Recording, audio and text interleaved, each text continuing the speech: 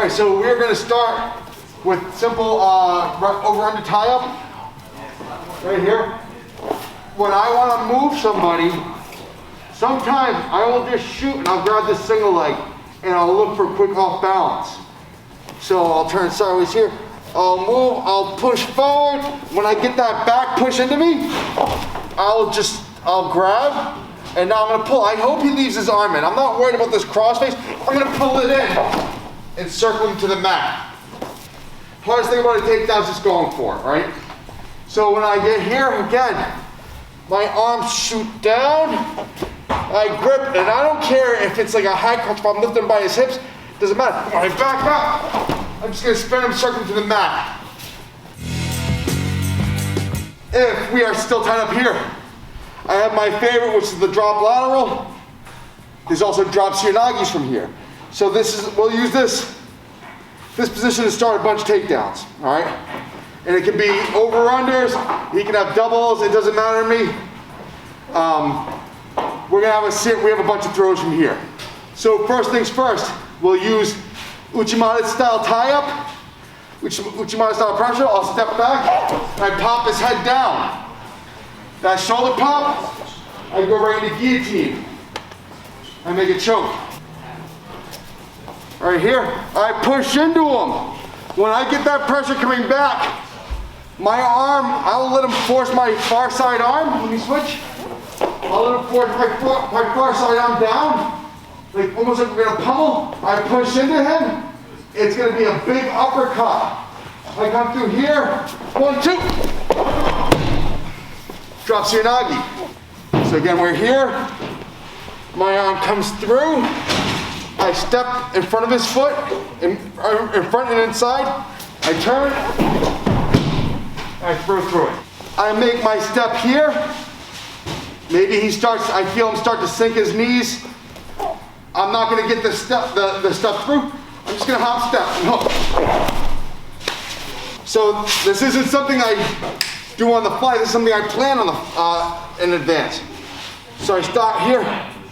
As my arm goes through, I'm waiting for him to get solidified. I hook. I drop him straight down. So now we have here, this is not gonna work, right? Drop Shiranagi's not gonna work, right? So I push into him, I step across for an easy throw. Everything's based on Kazushi. I get that positive pressure back. When that pressure comes, I release the pressure and then I make a takedown. So it's here. I can't get my arm free. Can't get this arm free. Can't get a guillotine. So I push in, I step and I disappear. And I get a nice spin down into the mat. So a nice side control position. The great thing about this tie-up is, botch the throw. Oh, I messed up the throw. He lowers me down into it.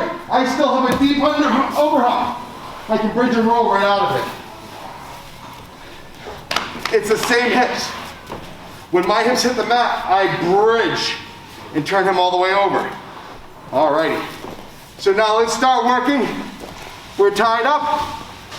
Instead of pummeling, I'm gonna start pushing his arm down. I've got a deep arm drag. 1, I grab his leg. 2, spin him right down. Different setup, different entry. This is coming off of an arm drag. So we're here, we're pummeling him, trying to work in, yeah. Works back. I drag across my body. So how this works is, my arm slides it down. When his hand starts to clear my rib, I bring my arm across, drag up and across, grab a single leg. 1, 2. He has a gi on, I can hold onto his sleeve, pull on the inside of his gi. So right here, I can't throw, I can't trip, I can't drop, I can drag. Right here, I step back, pressure down through his hip into the mat. Right here now, when I get my hand here and I make my drag, I'm gonna drag to a sit. Marcelo Garcia is the first guy I ever saw doing that in jiu-jitsu. He made it look so effortless. I made myself work on this for hours to get good at this, to get decent at it. He's good at it. I'm halfway decent. So I'm here again. It could be mid-pummel, it could be not. Here's the thing, a lot of people will try and stay square and have a hard time making this drag, right? My one little trick is this. As I put this arm down, I turn my body. I'm putting myself at risk. He might try and hop behind me, that's fine, I'll start hitting drop Cianagis again. I know that I'm in danger, but what I know also is, once I clear my rib, I can make that drag. I get my rib out of the way, he doesn't have that purchase. So when I get here, watch, square, he sticks. I move my rib out of the way, pull, and I'm ready to go. All right, so let's bring this out a little bit. So we've done both kinds of drags, drag up close. Oh yeah, I can also drag right here into a body lock. All right, so I get this body lock. I'm not a young person. I'm not trying to do any big pickup and slams.